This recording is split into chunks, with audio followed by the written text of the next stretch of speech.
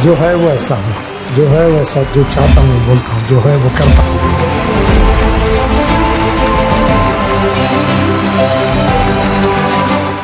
गधे उधर गधे, सब तरफ गधे ही गधे।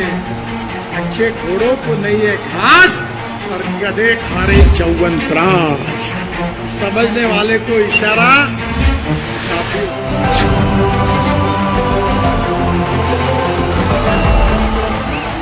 तब किसी का विश्वास नहीं था। मोदी जी ने भी मुझे एक बार कहा था कि इसका जिक्र मत करो क्योंकि नहीं होगा।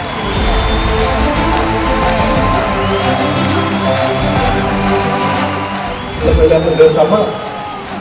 जो आपलं घर सांभाळू शकत नाही तो देश सांभाळू शकत नाही.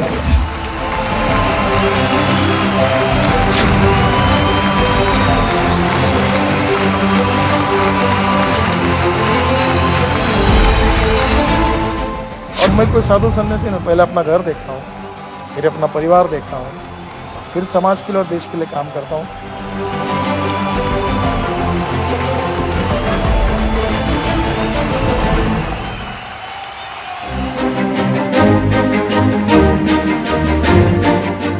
नितिन गडकरी बिंदास बोलते हैं, दिल की बोलते हैं, लेकिन वो कई बार ऐसे बयान दे देते हैं जिसे सुनकर ऐसा लगता है कि वो जानबूझकर पार्टी या उसके बड़े नेताओं को कटघरे में खड़ा कर रहे हैं। विवेकानंद जी का आईक्यू और दाऊद इब्राहिम का आईक्यू अगर साइंटिफिक भाषा में बोलो तो दोनों समान था, पर एक व्यक्ति ने गुनहगारी के क्षेत्र में अपनी पूरी बुद्धिमत्ता को यूज किया तो वहां के शहंशाह बने, और दूसरे व्यक्ति ने समाज के लिए और देश के लिए फिलॉसफी के लिए अपने जीवन को दिया, वो विवेकानंद बने। और कई बार तो खुद उन्हें अपने बयानों पर ठीक से सफाई देते नहीं बनती। मसलन पार्टी अध्यक्ष पद छोड़ने के बाद जब वो नागपुर लौटे तो समर्थकों के बीच उन्होंने अपने खिलाफ छापा मारने वाले अधिकारियों को चेतावनी दे दी थी। उन्होंने कहा था, जब हमारी सरकार की बारी आएगी, कोई चिदंबरम, कोई सोनिया गांधी तुम्हारी मदद करने नहीं आएंगे।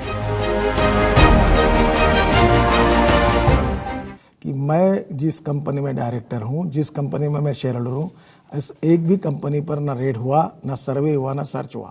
मैं आपको सवाल पूछना चाहता हूं कि आपके यहाँ गलत बताया गया, जो कंपनियों पर रेड मारा गया उस कंपनियों से मेरा कोई संबंध नहीं था, वो कंपनी मेरी नहीं थी, मेरा उसमें शेयर होल्डिंग नहीं था, और मेरा कोई संबंध नहीं था। आपकी पार्टी ने विश्वास क्यों किया उसके ऊपर? इनकम टैक्स के अधिकारी, पहली बात तो आप सारा गलत बोल रहे हैं। मैंने क्या कहा आप जरा समझ लीजिए, और वो सिद्ध हुआ मेरी बात को। आज 1.25 साल हुए, कोई मेरे ऊपर कोई आरोप नहीं, कोई चार्जशीट नहीं, कोई इंक्वायरी नहीं, कोई कुछ नहीं। क्या कहा था तब मैंने ये कहा था इनकम टैक्स के अधिकारियों को? जब मैंने कहा कि राजनीतिक दबाव में अगर आप किसी के ऊपर अगर कार्रवाई करोगे तो ये कानून के अनुसार उचित नहीं है।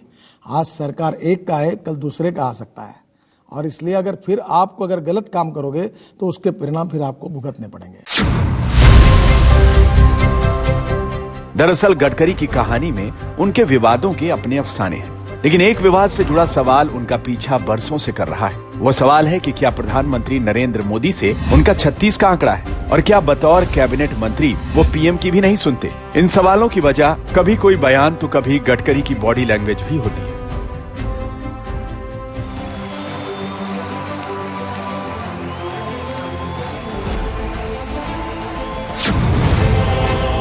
नितिन गडकरी नरेंद्र मोदी की कैबिनेट में है, लेकिन वो सार्वजनिक रूप से पीएम मोदी और उनकी सरकार की कामकाज की तारीफ करते ही दिखते हैं। लेकिन इसमें कोई दो राय नहीं कि उनके और मोदी के संबंधों का एक अतीत है, जिसे लेकर राजनीतिक विश्लेषक बहुत कुछ लिखते रहे।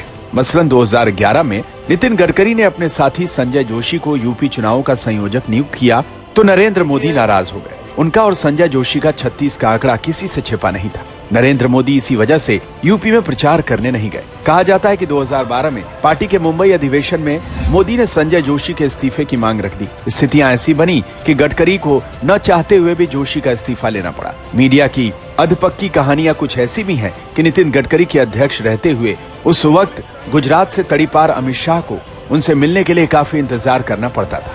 लिहाजा अमित शाह और नरेंद्र मोदी के पार्टी में प्रभावशाली होने के बाद नितिन गडकरी को किनारे कर दिया गया। हालांकि इन विवादों पर नितिन गडकरी या मोदी और अमित शाह कुछ नहीं बोलना चाहते। विषय पर कुछ बोलना ही नहीं है। ये जो पुरानी बातें 20-25 साल की होती वो खत्म हो गई।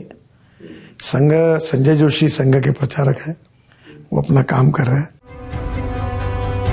वैसे नितिन गडकरी की कहानी में इन विवादों के किस्से अब बहुत पुराने हो चुके हैं, लेकिन चाहे अनचाहे कुछ फसाने इन विवादों को हवा देते रहते हैं। जैसे एक वक्त जिन नितिन गडकरी को बीजेपी के अध्यक्ष पद पर दोबारा चुने जाने के लिए पार्टी के संविधान तक को संशोधित किया गया था, उन्हीं नितिन गडकरी के लिए अब पार्टी के संसदीय बोर्ड और केंद्रीय चुनाव समिति में जगह नहीं है। वजह कुछ भी हो, लेकिन पीएम मोदी से उनके बिगड़ते रिश्ते की कहानियां इसलिए बनती रहती हैं। ये अलग बात है कि नितिन गडकरी कई बार कह चुके हैं कि वो सिर्फ 20% राजनीति करते हैं, बाकी उनकी राजनीति का 80% काम समाज के लिए है और उन्हें इस बात से कोई फर्क नहीं पड़ता कि उनके पास कोई पद है या नहीं।